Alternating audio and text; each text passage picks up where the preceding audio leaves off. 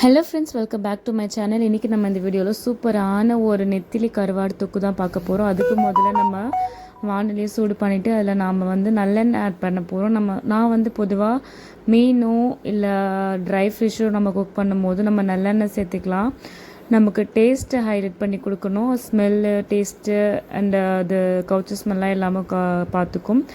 அதனால் அப்புறம் எண்ணெய் காஞ்சதும் நம்ம கடுகு சேர்த்துக்கலாம். கடுகு பொரிஞ்சதும் கருவேப்பிலை 2 கொத்து கழுவிட்டு அதையும் சேர்த்துக்கலாம். கடுகு நல்லா பொரிஞ்சதும் பிறகு 3 மீடியம் சைஸ் வெங்காயத்தை கட் பண்ணி வச்சுருக்கேன் குண்டு குண்டாக, அதையும் சேர்த்துக்கலாம். ஆனியன் பார்த்திங்கன்னா நல்லா கண்ணாடி பதத்துக்கு நல்லா ஃப்ரை ஆகணும். இது 3 மீடியம் சைஸ் வெங்காயம் நல்லா ரவுண்ட் பொடியாக கட் பண்ணி வச்சுருக்கேன். நம்ம தொக்கு மாதிரி பண்ண போகிறோம். அதனால் நல்லா உங்களுக்கு எந்த அளவுக்கு ஃபைனலி சாப் பண்ணமோ அந்த அளவுக்கு கட் பண்ணிக்கலாம். நல்லா ஃப்ரை பண்ணிவிட்டு இந்த அளவுக்கு நல்லா கண்ணாடி பதத்துக்கு வந்ததுக்கப்புறம் 3லேருந்து 4 தக்காளி, நல்லா பழமான தக்காளியை கட் பண்ணி வச்சுருக்கோம். இப்போ அதையும் உள்ளே சேர்த்துட்டு நல்ல பழமான தக்காளி எடுத்தால் தான் நமக்கு நல்லா அந்த ஜூசினஸ் வரும். நல்லா மிக்ஸ் பண்ணிக்கலாம். நல்லா அந்த மஞ்சத்தூள், நல்லா உப்பு அதெல்லாம் போட்டு நம்ம மிக்ஸ் பண்ணோன்னா சீக்கிரமாக நமக்கு ஃப்ரை ஆகிடும்.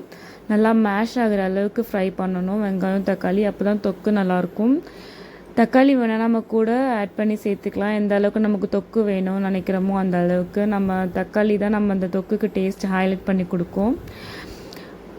ஸோ நம்ம தேவையான உப்பு, மஞ்சள் தூள் சேர்த்தாச்சு. மஞ்சள் தூள் பார்த்திங்கன்னா நமக்கு கவுச்சி ஸ்மெல் இல்லாமல் நான்வெஜ் சமைக்கும் போது பொதுவாக போடுவாங்க. அது கவுச்சி ஸ்மெல் கண்ட்ரோல் பண்ணி கொடுக்கும். நல்லா மிக்ஸ் பண்ணிக்கலாம். இந்த அளவுக்கு நல்லா தொக்கு மாதிரி வரணும்.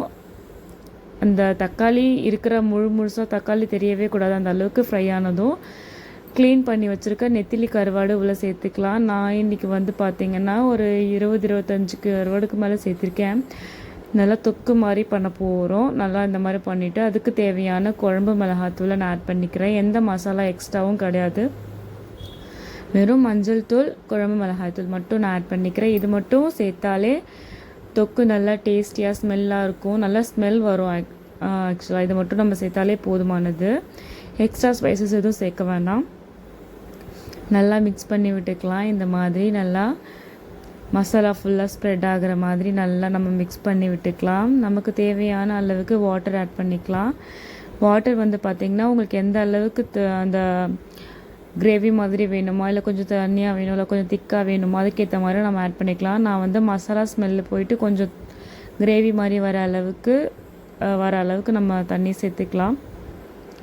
நல்லா கொதித்து வரணும். அந்த மசாலா ஸ்மெல் போகணும், மிளகாத்தூள் ஸ்மெல் நல்லா போகணும், கருவாடு நல்லா வேகணும். அந்த அளவுக்கு நான் தண்ணி ஆட் பண்ணிவிட்டு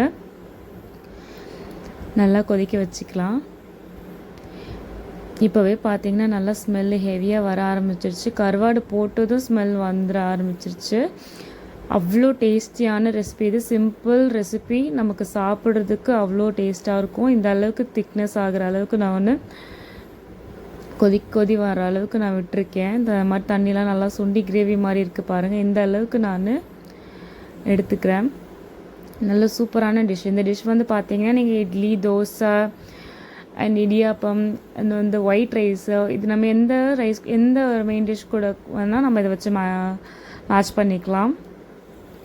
இந்த சமயத்தில் நான் இதை ஆஃப் பண்ணிக்கிறேன். சால்ட் செக் பண்ணிக்கோங்க. உப்பு காரெல்லாம் சரியாக இருக்கான்னு பார்த்துட்டு ஸ்டவ் ஆஃப் பண்ணிக்கலாம். பார்த்தீங்களா எவ்வளோ சூப்பரான ரெசிபி. குயிக்காக ஒரு 4 to 5 மினிட்ஸில் நமக்கு அந்த டிஷ் ரெடி ஆகிடும். ரொம்ப ஹெவியெல்லாம் நேரம் எடுக்காது இந்த டிஷ் நமக்கு. எவ்வளோ சூப்பராக கமகமான கருவாடு தொக்கு ரெடி ஆகிடுச்சு. இந்த வீடியோ உங்களுக்கு பிடிச்சிருந்தா லைக் பண்ணுங்கள், ஷேர் பண்ணுங்கள், சப்ஸ்கிரைப் பண்ணுங்கள். அப்போ தான் நான் போடுற வீடியோஸ் எல்லாமே உங்கள் நோட்டிஃபிகேஷன்ஸ்க்கு வரும். See you next video guys. அடுத்த வீடியோவில் பார்க்கலாம். Bye.